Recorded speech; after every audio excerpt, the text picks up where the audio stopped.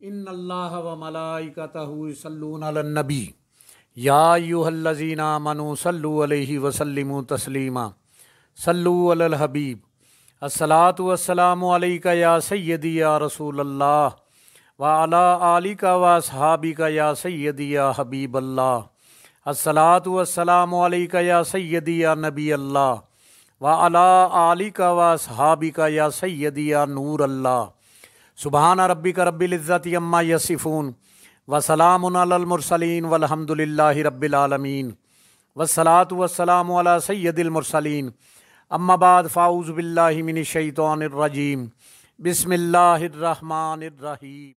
حضرت لوط علیہ السلام کی قوم کا انجام۔ یہ حضرت لوط علیہ السلام کا شہر صدوم ہے جو ملک شام کا ایک مشہور شہر ہے۔ حضرت لوط علیہ السلام بن حاران بن طارخ یہ حضرت ابراہیم علیہ السلام کے بھتیجے ہیں۔ یہ لوگ عراق میں شہر بابل کے باشندے تھے۔ پھر حضرت ابراہیم علیہ السلام وہاں سے ہجرت کر کے فلسطین تشریف لے گئے اور حضرت لوط علیہ السلام ملک شام کے ایک شہر اردن میں مقیم ہو گئے، اور اللہ تعالیٰ نے آپ کو نبوت عطا فرما کر صدوم والوں کی ہدایت و رہنمائی کے لیے بھیج دیا۔ شہر صدوم کی بستیاں بہت آباد اور نہایت سرسبز و شاداب تھیں، اور وہاں طرح طرح کے اناج اور قسم قسم کے پھل اور میوے بکثرت پیدا ہوتے تھے۔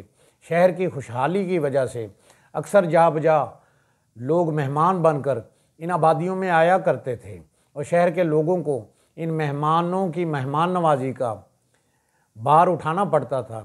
اس لیے شہر کے لوگ مہمانوں کی آمد سے بہت ہی تنگ ہو چکے تھے، مگر مہمانوں کو روکنے اور بھگانے کی کوئی صورت نظر نہیں آ رہی تھی۔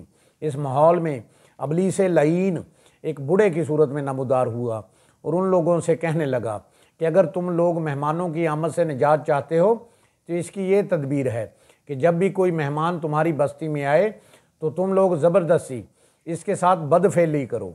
چنانچہ سب سے پہلے ابلیس خود ایک خوبصورت لڑکے کی شکل میں مہمان بن کر اس بستی میں داخل ہوا اور ان لوگوں سے خوب بدفعلی کروائی۔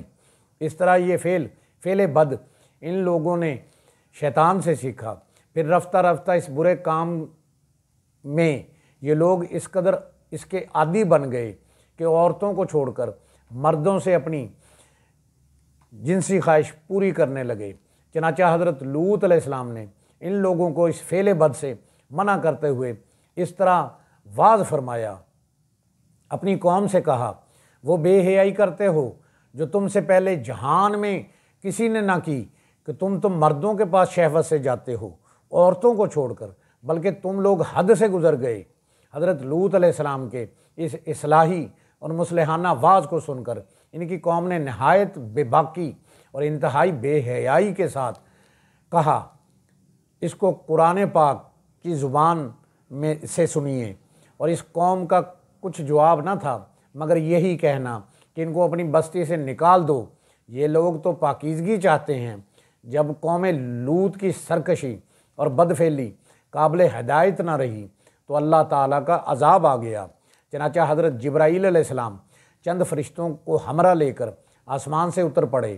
پھر یہ فرشتے مہمان بن کر حضرت لوط علیہ السلام کے پاس پہنچے، اور یہ سب فرشتے بہت ہی حسین اور خوبصورت لڑکوں کی شکل میں تھے۔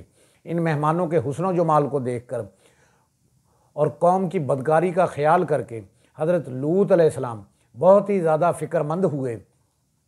تھوڑی دیر بعد قوم کے بد فعلوں نے حضرت لوط علیہ السلام کے گھر کا محاصرہ کر لیا اور ان مہمانوں کے ساتھ بدفعلی کے ارادہ سے دیوار پر چڑھنے لگے۔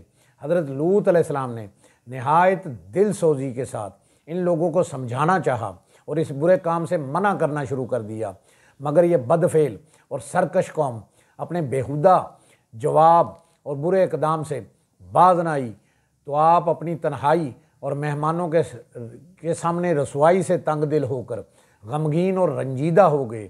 یہ منظر دیکھ کر حضرت جبرائیل علیہ السلام نے فرمایا کہ اے اللہ عز و جل کے نبی، آپ بالکل کوئی فکر نہ کریں، ہم لوگ اللہ تعالیٰ کے بھیجے ہوئے فرشتے ہیں جو ان بدکاروں پر عذاب لے کر اترے ہیں، لہذا اپنے مومنین اور اپنے اہل و عیال کو ساتھ لے کر صبح ہونے سے قبل ہی اس بستی سے دور نکل جائیں اور خبردار، اللہ فرماتا ہے کوئی شخص پیچھے مڑ کر اس بستی کی طرف نہ دیکھے ورنہ وہ بھی اس عذاب میں گرفتار ہو جائے گا۔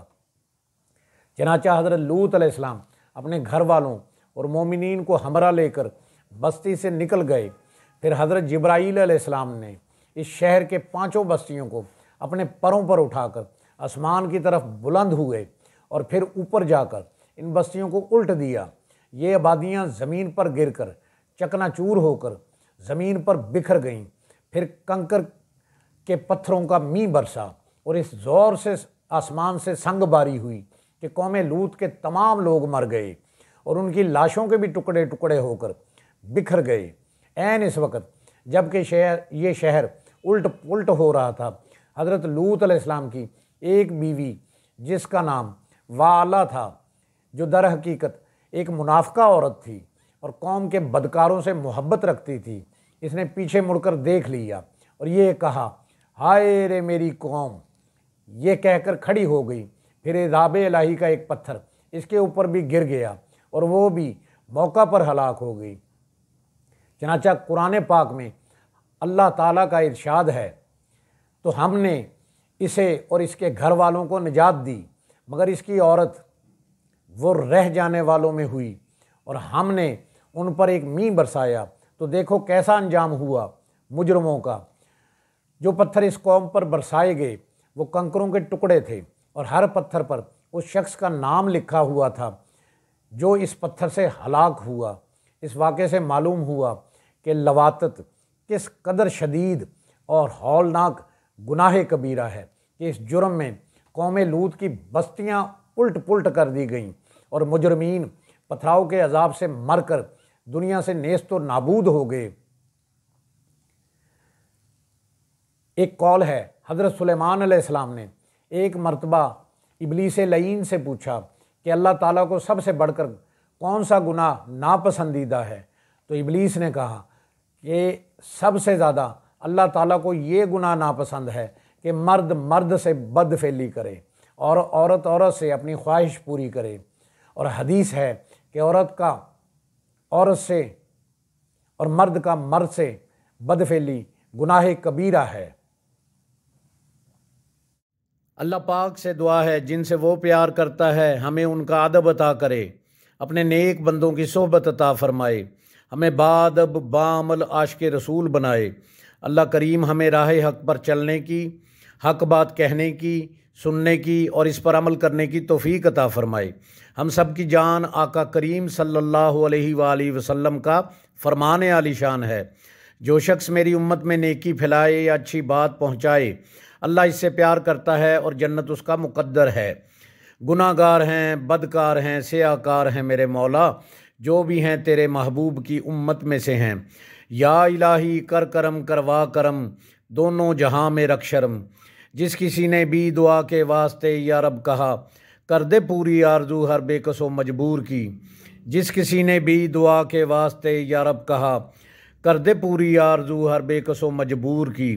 آمین بجاہ نبی الکریم الامین، وآخر دعواہم ان الحمد للہ رب العالمین۔